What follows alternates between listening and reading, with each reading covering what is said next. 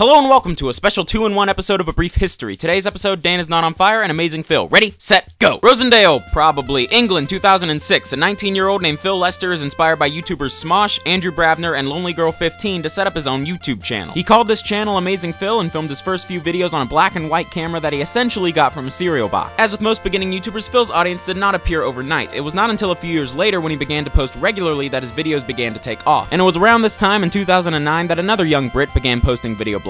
This man's name was Dan Howell. Going under the name of Dan is not on fire, Dan began to post video blogs at the request of his friends, and by 2011, his skyrocketed had poppeted. What? His popularity had skyrocketed. Dang it. Both Dan and Phil's videos centered around funny and/or embarrassing anecdotes, cringing at the creepiness of the internet. Would you be interested in meeting the Holy Mother? She's just upstairs, you can meet her now. And the occasional rant about stupid people, although that one's a bit more specific to Dan. See, this is the problem. This is when stupid people get involved. Dan's really the sassy one of the two. Since 2010,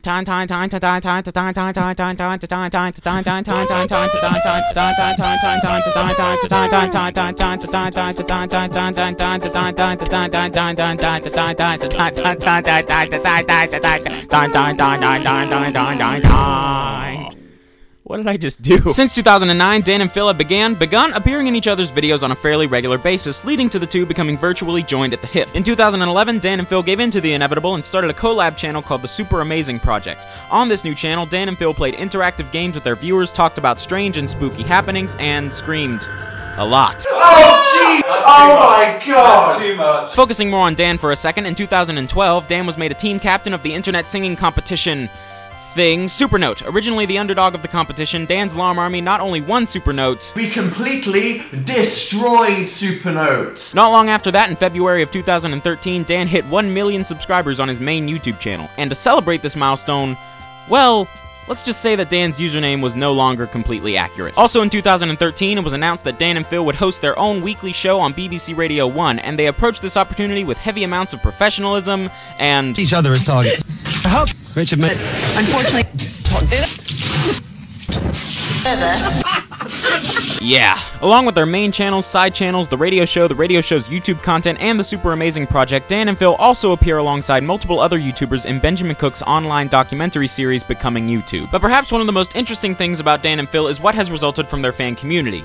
And by fan community, I of course mean Tumblr. See, on the internet there is something called shipping. If you don't know what that is, then run and never get involved in this. Which is essentially the idea of putting two people into a fictional relationship, and I think you can see where I'm going with this. This shipping phenomenon has led to the creation of Fan, which, for those of you who don't know, is the purportedly clever pet name for Dan and Phil's non-existent romantic relationship. I really do not want to get any deeper into the idea of shipping and OTPs because, quite frankly, I find it a bit weird, but it was much too big of a part of Dan and Phil's online existence for me to ignore. Hey, can't start the day without a cup of OJ and some Charamon. But in all seriousness, real life people, isn't that a bit weird? Side note, over the past few years, a trend seems to have developed. It's starting to seem like a YouTuber cannot organize a gathering in the UK without riots breaking out. Meetups organized by people like Toby Turner and the Janoskians serve as perfect examples of gatherings gone wrong due to lack of security and chaotic behavior from the fans. The actions and behavior at these gatherings are comparable to that of the exact same demographic during the 1960s, and in this online Beatlemania, Dan and Phil are essentially John and Paul. The sad part is, there's a lot of people out there who aren't gonna get that reference. Now, I'm as big of a fan of Dan and Phil as the next guy, but despite their fame and fringes, they are just people, and it is very important that we remember that. Well, this video just took a very strange turn. Oh well, I'll see you in a week, DFTBA.